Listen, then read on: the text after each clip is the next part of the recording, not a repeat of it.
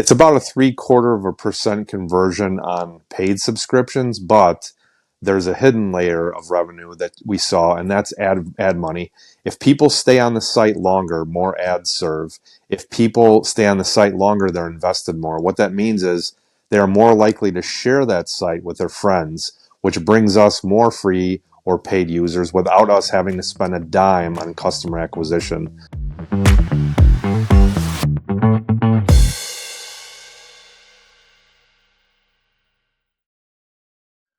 Welcome to Outsource to Profits. This is Jamie Shanks, and I have a special guest here, Don.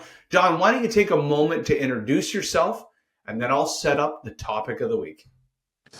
Thanks, Jamie. My name is Don Sevcik, and I am most known for Math Celebrity, which is an automated online math tutoring site. You could think of it like a Google for Math, where you enter your math problem, push the button, and in a split second, we will show you every step-by-step line of work, as well as the answer. And last year, we got 8.1 million unique visitors. This is fantastic. Now, today's episode is around productivity hacks, especially productivity hacks that, and not even productivity hacks, like hacks that create greater cost to customer acquisition, better gross margins, better profitability, things that sometimes sit at the tip of your nose.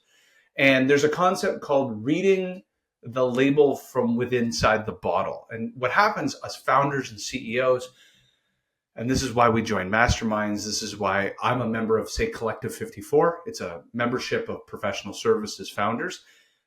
I'll pose an idea and I'll recognize from my lens, from inside the bottle, I can't see the problem. Yet the other people in my forum or group find it wildly easy to solve my problem because it's so obvious to them. Maybe they've experienced it, or maybe because they're just not inside the bottle. Here's something that happened to me in my first company, Sales for Life. Because of my own, maybe it's insecurities, maybe it's imposter syndrome, I was convinced, we built this sales training called Social Selling Mastery. And I was convinced, maybe somebody had once put this in my head, that you shouldn't have a training program for more than $25,000 because the average director or vice president typically has the authority in a corporation to spend up to about $25,000 without creating a massive PO process, without it having to go to a master services agreement. So I charged, every deal was $20,000 for years.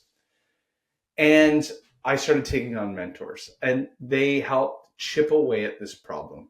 And I would say, no, there's no more price elasticity. Like, this is as high as you can go. And I decided to cross that barrier, and we moved our price from $25,000 to $50,000. It turns out our conversions didn't change. Our sales velocity didn't change, but we just doubled profit. Then we changed it from $50,000 to $100,000. Lead flow didn't change. Sales velocity didn't change. Conversion didn't change. And I realized years had gone by of profit left on the table. So that's an example of reading the label from inside the bottle. Don, you have a perfect story you want to tell the audience of something that they could be doing inside their business. Every one of the founders listening could be doing this. And it's so obvious to you in hindsight, but tell your story. Yes, my you can't read the label inside the bottle story starts with, I've tracked every search ran on my site. So we've got a little search box at the top like Google. We use Google Analytics, but I also have an internal metrics tool which tracks all these searches. Anyway, every night I get a report of all the searches ran, and it will tell me this search landed on a calculator, but these 500 searches didn't come up with anything. Well, as I started researching these mismatched searches, I noticed that a chunk of them, probably 1/4 of them, were misspellings. And so my initial thought was, why can't these users just spell things right? And I kind of blew it off. But then I realized a lot of people misspell things. I do it. I do it in my business. I do it on accident. And when I dug deeper into this, I said, wait a second, all these misspellings, or most of them, I think we had almost an 80-20 rule, had one thing in common. Every misspelling had one or two letters off, and the two letters, or one or two letters that were misspelled, were one key away on the keyboard from the real correct letter they wanted. So I said to myself, how can we fix this? So I wrote a little algorithm to say, hey, if it's a mismatched search, check in the dictionary for the correct spelling one key away. And what do you know, when I did that, within a month, we had an 11 to 12% gain on SEO, and we had about an 18% gain on time on site. So people were spending longer on the site. So the frustration came from they misspelled it, they didn't realize it, and they thought, oh, this site doesn't work. What I should have been doing, instead of sitting inside my glass bottle and not seeing the label, was how can I help their experience by correcting the spelling for them without telling them they misspelled the word? And once I got out of my own head and did that, we saw that jump in traffic. And that jump in traffic, just so the audience understands, this stepping back to take 4 steps forward. Can you define for everybody? If I recall, you said you had 8 million unique visitors. Is it unique visitors or total visitors a month? It's 8.1 million unique visitors all last year. So it's annual. So annual. So that is the difference between 800,000 to a million different unique visitors that you brought in. And I'm tell us a little bit about what that means in dollars wise. What is it a 1% conversion? Is it 0.1%? What does that typical math waterfall look like to you?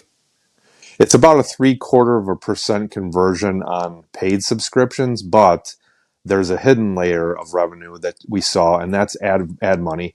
If people stay on the site longer, more ads serve. If people stay on the site longer, they're invested more. What that means is they are more likely to share that site with their friends, which brings us more free or paid users without us having to spend a dime on customer acquisition. So this was sort of a waterfall effect in many ways. Wow. And so just doing the math for everybody in the audience, that could mean, give or take, round numbers, around 10,000 people were able to come to the site and buy that you didn't have before by taking a step back, using using the team to do a bit of an analysis, create a productivity hack that might felt daunting at the time, but 10,000 users buying is massive. Can you actually now, do you mind stepping back for everybody, for anyone in the audience listening? This is this is a power user of paid media. How did you go from 0 to 8.1 million unique? Tell us your journey on what you learned, perhaps people, process, and technology that helped you go from 0 to that number along your journey. Well, I started off a while ago, very, very new and very um, unknowledgeable about the way things work. So my thought was, let me go through every math textbook and just look at the math problems that are in there, and I'll just build those calculators one by one. Well, as you can imagine, that was a very slow and painful process.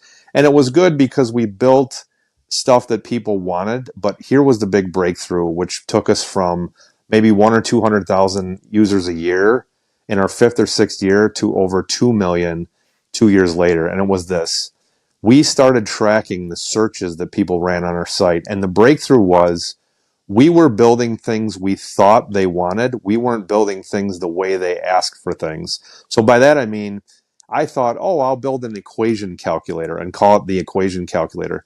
That's not what they wanted. What they really wanted was, I want to type in 2x minus 9 equals 31, and I want your site to figure out where to go and how to solve it so the user doesn't have to figure that out. And once we looked at the commands and the internal psychology of, imagine a user on a keyboard, they don't want to type a bunch of words like calculator, then equation, then where do I go? They just want to put in what they want and go. And once we discovered the psychology behind their searches, these are very tight, crisp command-based things like 2x minus 9 equals 31 or 98 mod 2. Once we got inside their head and we built the search that way, that's when our user growth exploded. And so the lesson here is, don't build what you think they want, build what they actually want. So we use sites like usertesting.com to watch them fumble through our interface. And you can see them live saying, why doesn't this work? Or I don't understand this. And once you deconstruct the user journey from the end backwards, the entire psychology and user map opens up to you. This is incredible. What along that journey, 0 to 8 million, you just mentioned that you uncovered the reality between how people think through solving their own problems versus, I think of like the emotional search versus the logical search. Any other tips, tricks, and tactics that you uncovered along that journey to become this SEO expert? Probably my favorite is something called inversion. So for people that know Warren Buffett, his partner in crime, Charlie Munger, just passed away recently at 99. But one thing he said to me has stuck with me forever, and that's something called inversion.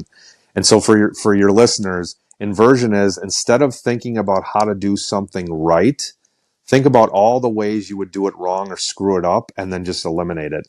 So back in the day when Michelangelo carved the statue of David, they asked him, "How did you do this?" And all he said was, "I just took a stone and I cut away what wasn't David." So instead of carving David, he just cut away what isn't. And so if you can define what isn't, Hmm. it's so much easier to get what is. I mean, when they asked Charlie Munger, "How did you and Warren make billions of dollars?" And I think his quote was along the lines of, "We have gotten so much ridiculous long term advantage from not trying to be brilliant, but instead avoiding stupidity." And when I took that approach in my business and I said, "How would I screw up a math tutoring? How would I screw up SEO and user search?" And I just eliminated all those behaviors. What's amazing is not only do we not get penalized in our business, the right way to do things starts to shine through. So if you can eliminate dumb behaviors and what they call in tennis and ping pong unforced errors, that's how we really exploded our user growth. This is fantastic. For the audience, if they ever want to get a hold of you and pick your brain, a lot of founders, CEOs, presidents listen to this particular podcast, and they have they need entrepreneurial advice and as well maybe help with SEO. How would they get a hold of you? I know that they might not need a math tutor; they need to talk to you about SEO. How do they get a hold of you to learn more? Two ways. You can either go to mathcelebrity.ai and just use the contact button, and I answer those emails, or you can go to LinkedIn. It's just DONSEVCIK and look for the bald guy. Fantastic. Well, Don, thank you so much for being on the show, and this was really helpful. Thanks. I had a blast. Thank you.